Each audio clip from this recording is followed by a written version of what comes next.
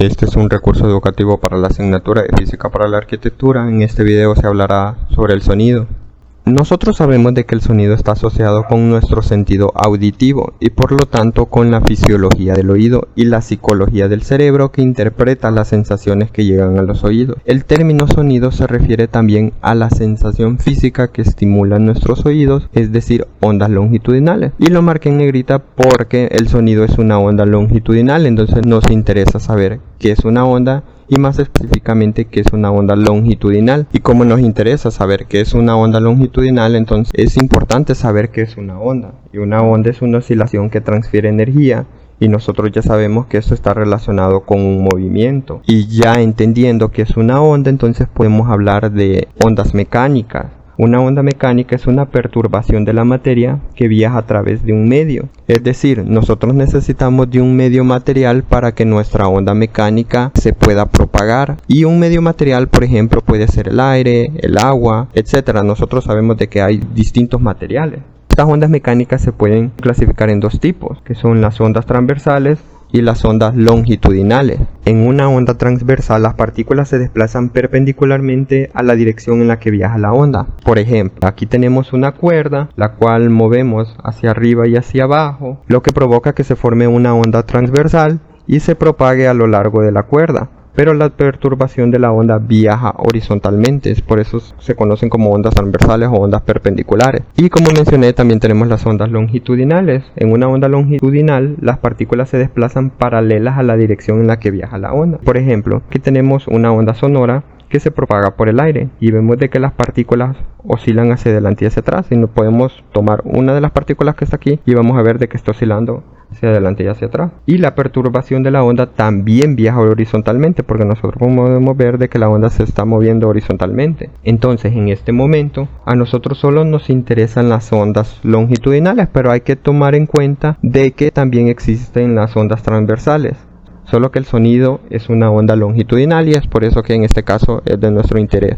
Nosotros podemos distinguir tres aspectos de cualquier sonido, que son: debe haber una fuente del sonido, la energía se transfiere desde la fuente en forma de ondas sonoras longitudinales, el sonido es detectado por el oído o por un micrófono. Aquí tenemos una imagen que más o menos nos detalla esto. Tenemos en la parte izquierda un hombre que está hablando. La fuente sería en este caso las cuerdas vocales. Entonces este emite un sonido. ¿Y por qué emite un sonido? Porque hay un medio, en este caso es un medio material que sería el aire. Y al haber un medio, entonces esta onda transfiere energía. Y al final el sonido es detectado en este caso por el oído de este segundo hombre. Ahora nos interesa hablar de la sección 16.1 que nos habla de las características del sonido.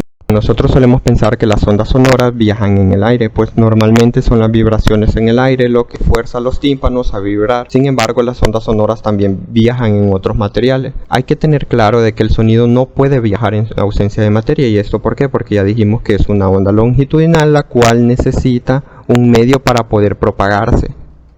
Algo muy importante que nos interesa hablar es sobre la rapidez del sonido. Pero antes de hablar de la rapidez del sonido, hay que hacer una distinción entre la rapidez de la partícula y la rapidez de la onda.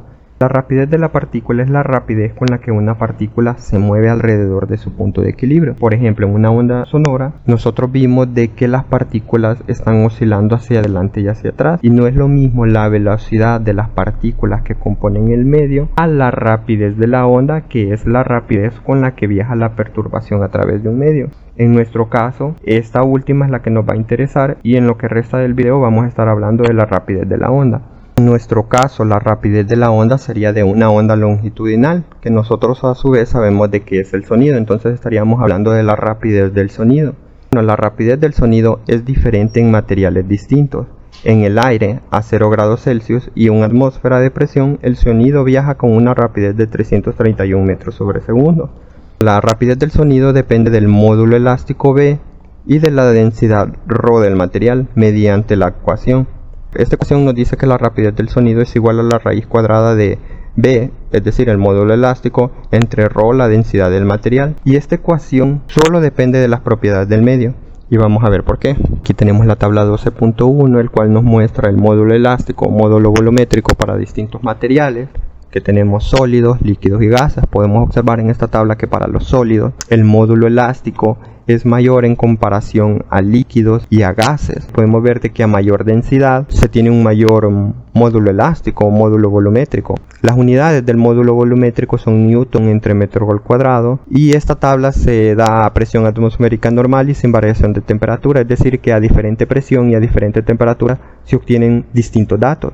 Por lo general este es un dato que nos van a dar porque el módulo volumétrico no es algo que se estudie a detalle en esta sección. El módulo elástico volumétrico se estudia en otros capítulos, así que por lo general va a ser un dato el cual nos den en los problemas.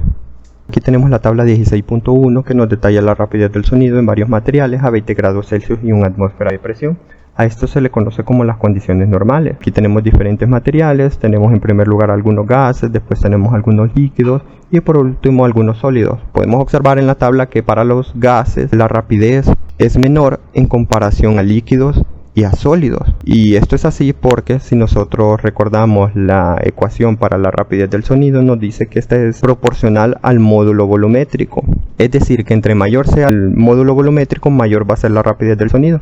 Y si nosotros recordamos la tabla anterior, dijimos de que el módulo volumétrico es mayor para sólidos.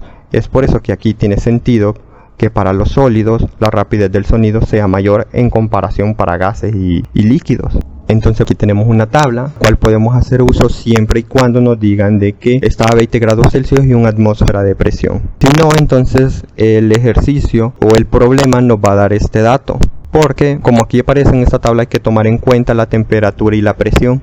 Y como nosotros vivimos en un medio que es el aire, es por eso que nos interesa la rapidez del sonido en el aire.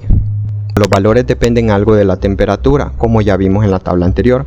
Aunque esto es importante solo para gases. Por ejemplo, en el aire a temperatura normal ambiente, la rapidez aumenta aproximadamente 0.60 metros sobre segundo por cada grado Celsius de incremento en la temperatura. Esto pues lo resumimos en esta ecuación, que la rapidez del sonido nos dice que es aproximadamente esto y que a su vez esto depende de la temperatura. Esta ecuación es válida siempre y cuando la temperatura sea ambiente, es decir, una temperatura ambiente más o menos está en un rango de 20 grados Celsius a 25 grados Celsius, pero lo podríamos ampliar hasta 30 grados Celsius. Es decir, si nosotros superamos esa temperatura, por ejemplo, si queremos decir que queremos conocer la rapidez del sonido a 100 grados Celsius, esta ecuación ya no va a predecir bien. Entonces, siempre y cuando tengamos a temperatura ambiente, o sea, temperaturas algo bajas como de 20 a 25 grados Celsius, esta ecuación nos va a servir bastante bien.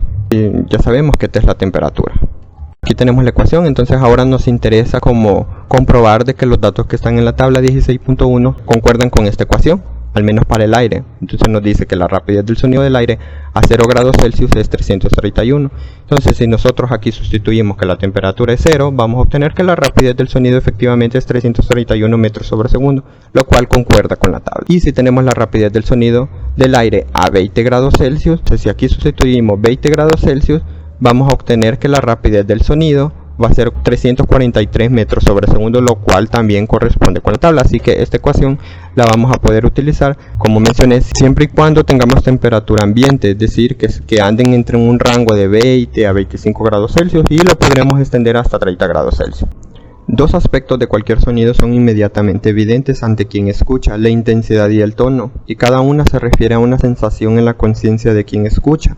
Sin embargo, para cada una de estas sensaciones subjetivas corresponde una cantidad física medible, y esto nosotros lo sabemos en base a la experiencia. Por ejemplo, nosotros percibimos un sonido y sabemos de que la intensidad y el tono no van a ser iguales, porque nosotros sabemos diferenciarlo, y es una sensación en la conciencia de quien escucha. Es por esa razón que nos interesa conocer un poco más sobre qué es la intensidad y qué es el tono. Y primero voy a hablar un poco sobre la intensidad. La intensidad es la característica que permite distinguir cuando un sonido es fuerte o débil. Esta cualidad está relacionada con la energía que transporta la onda.